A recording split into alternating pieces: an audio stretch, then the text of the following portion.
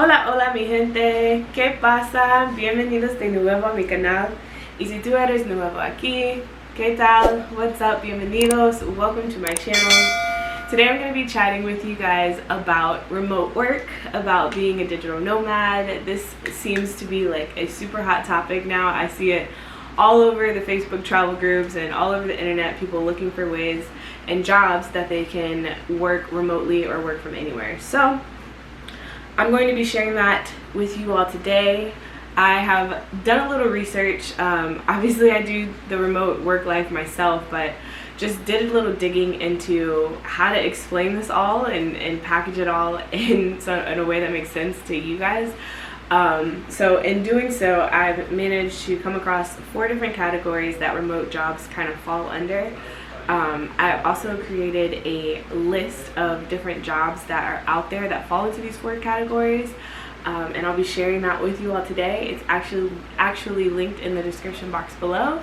All you have to do is sign up with your email and you can download it completely free and take advantage of that resource. So yeah, be sure to do that. But without further ado, let's go ahead and hop in today's video and talk about those 4 categories for remote work.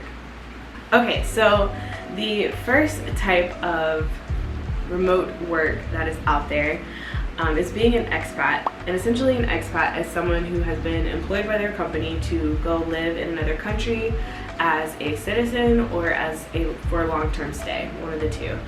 So essentially they're picking up their life and placing it somewhere else while working that job from wherever that job is based out of, oftentimes the US. So doing this type of expat lifestyle has some perks to it. You get a cheaper lifestyle, or you can have a cheaper lifestyle depending on where you're moving to. A lot of Latin American countries, a lot of Asian countries. There's just a lot of countries out there that are a little bit more affordable than the US. And if you're bringing, a US salary over to those countries, obviously you're gonna have a cheaper way of living. You're gonna be able to save a little bit more and spend a lot less. Another perk to that is just having a better quality of life. A lot of these places have just fresher foods, and it's not as fast-paced as it is back in America, so it's just more of like a chill place of living. Overall, it can just be a better quality of life. If that's something you find that you're not getting in the US, it's possible to get in another country somewhere else, especially on top of alleviating the stress of things being so expensive. And last but not least, being an expat gives you the opportunity to literally live and experience a new culture. You get to try out different foods, get exposed to new languages, meet new people who do customs and traditions that you may not be accustomed to from back home.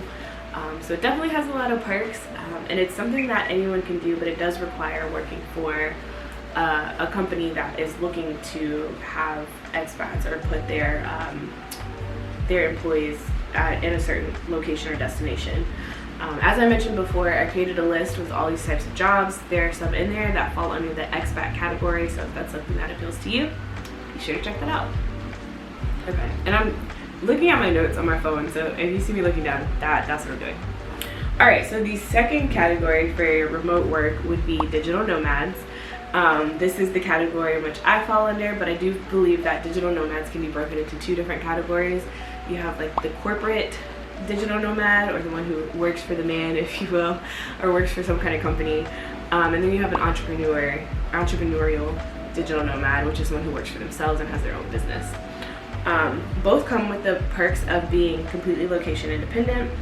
So you're getting to work from anywhere, and they often are making their life by working off of a computer. So internet connection is super important, and yeah, that's pretty much your only concern. Like, you can go wherever you want to go in the world, you just need to make sure you have reliable internet. So the difference is between being a corporate nomad and being an entrepreneur. As a corporate nomad, you pretty much get all the perks of working at a company. You get PTO, you get the benefits, you get sick days, things like that. You can take off from work and not have to worry about anything affecting the income you have coming in, as opposed to being an entrepreneur. Without necessarily having the right passive income sources set up, you're kind of tied, your paycheck is kind of tied to the hours that you work. So if you take a day off, or if you're not working, it can affect how much income you make for that period of time. So that's just something to consider. On the opposite side of that, being an entrepreneur, you kind of get to set your own hours and you have a little bit more freedom and flexibility in that sense. There's also too some companies that actually restrict their remote employees from working in certain places, whether that be due to tax reasons or security purposes. It varies because it's up to the company. If you're working for a company versus working for yourself, you can kind of determine that. I will say with my job, I do have very flexible hours. The company that I work for an IT consulting company that's based out of the US, but we are a global company, so they have employees all over the world, and with that, all these employees are working on different time zones, obviously.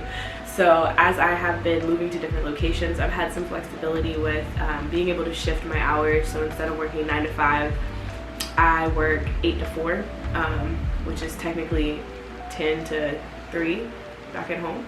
No, 10 to 5 back at home. Math. I'm able to shift my hours, that's the point, when necessary. And you know, there's been other times when I may have completely lost internet connection. If you watch the Playa del Carmen video, you are fully aware. But in those times, those situations, I'm able to make up hours later. So I do have some flexibility, but it depends on what company you work for. Every company has their own rules and regulations, so just something to be aware of. So because I know so many people are so heavily interested in the digital nomad space, I wanted to talk a little bit about how you can actually get a job like this in this career field, remote work field, if you will. So in terms of corporate, I would say starting out, if you already are working for a company now and you've been working for this company through COVID, meaning you've been remote for the last year, take advantage of that. Go ahead and talk with your company that you have now and pitch the idea of you working remote full-time and being a digital nomad and just see what they say. I think this time has really shown us that it's not 100% necessary to be in the office the whole time to get your work done. A lot of people are a lot more productive outside of the office, and I think that's the biggest point you have to make when pitching this idea to your company, is that you have to show how productive you've been, you know, since working at home, and how you've gone above and beyond in the efforts that you've taken to get the job done, even if you're working from home, and how you'll be able to do this working anywhere.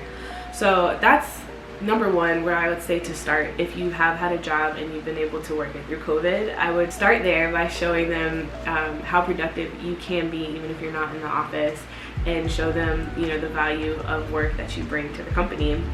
And in that, you know, explain what you want, which is to be able to be location independent, and talk it out with them.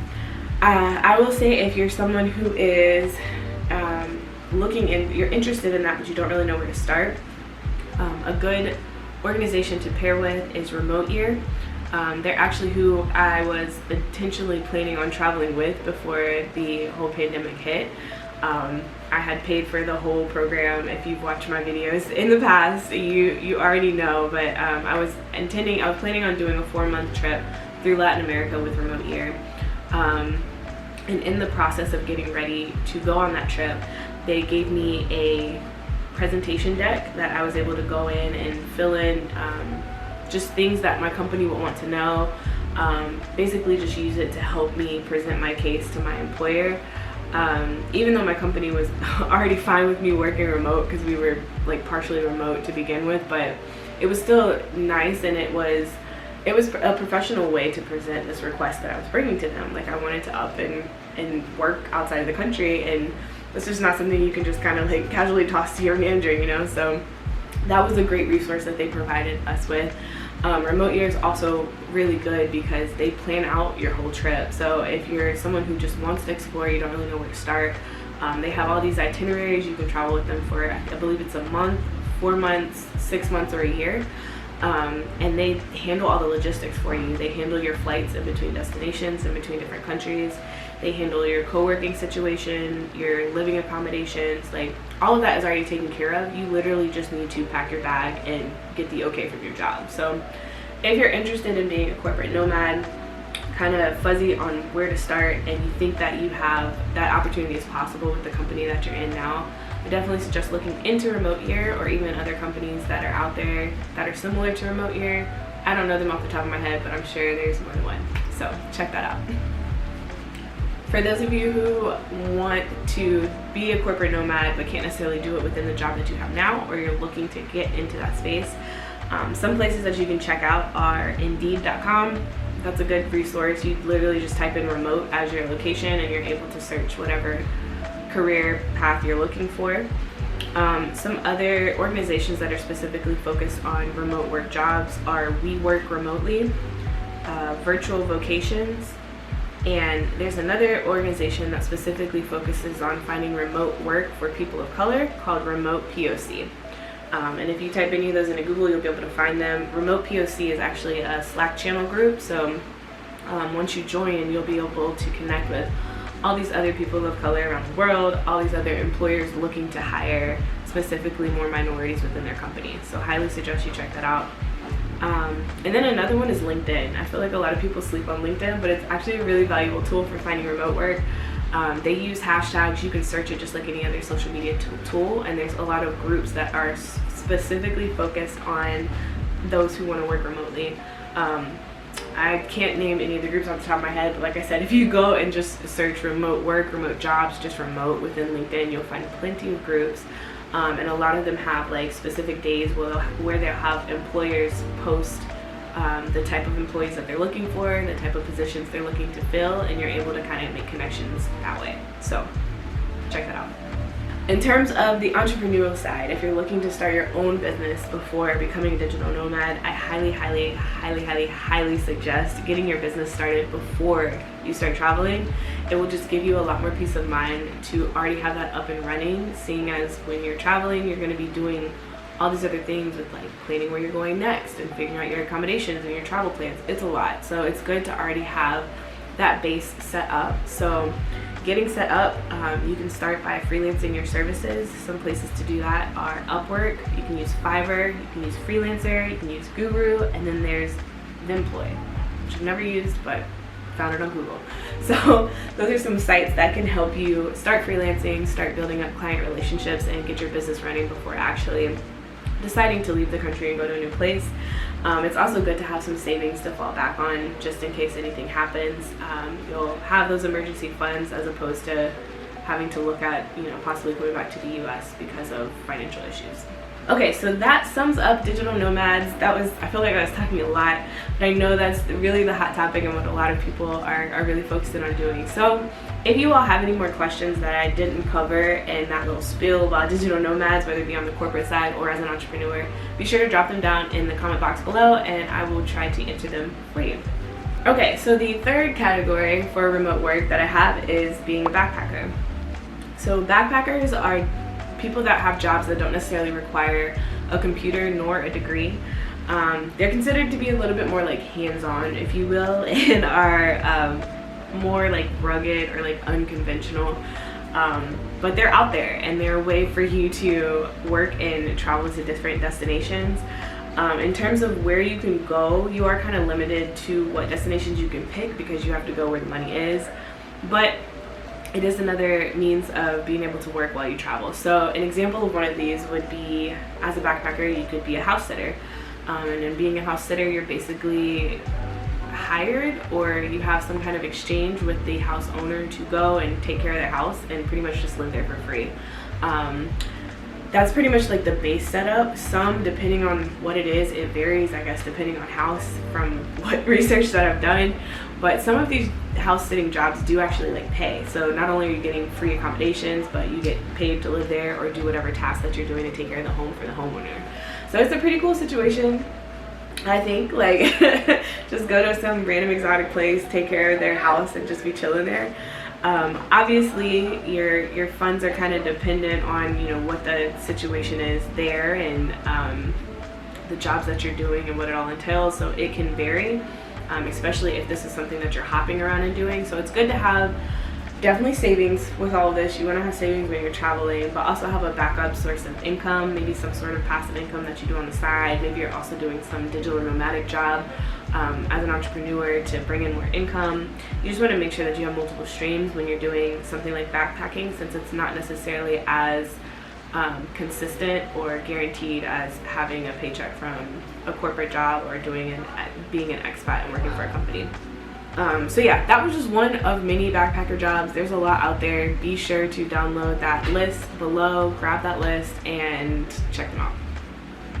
Okay, last but not least, the fourth remote working category that I have is being a travel employee. So travel employees are people that work in the travel industry. Their career is in the travel industry, and more often than not, their travel destination is determined by their employer. It's wherever their employer needs them to go, they get sent to. Also, how long they spend in that country or that place is determined by their employer as well. But doing it this way, you still have a consistent paycheck. You're salaried, so you have that comfort in knowing that you're going to get paid the same amount, the same time, all that. So some examples of this might be like a flight attendant or a travel nurse. And a travel nurse, low-key, is very lucrative from what I've seen, so it can be worth it. But as I said, you don't have like complete location independence. It is dependent on where your company needs you, but you're still able to go to some super exotic places and see and experience new things and just get a taste of that travel and working at the same time. Alright, so that sums up all 4 categories that I have for remote work life. If you have any other ones that I did mention, please be sure to drop them down below. It's a category I find really, really interesting, but I mainly wanted to make this video because I think a lot of people just assume that if you are being a digital nomad, you have to be working in IT or in technology, and it's not necessarily true. There are a lot of jobs out there. There are a lot of different jobs out there. Some that require a degree or certifications, and there's some that don't require any at all. You just have to prepare and get ready to go do it. So be sure to grab that list down below of all the different job types that fall under these categories that we talked about today. Like I said, it's 100% free. You just have to sign up with your email and it's all yours. I really hope that this video helped you guys out today. I appreciate you so much for watching, and until the next time, ciao!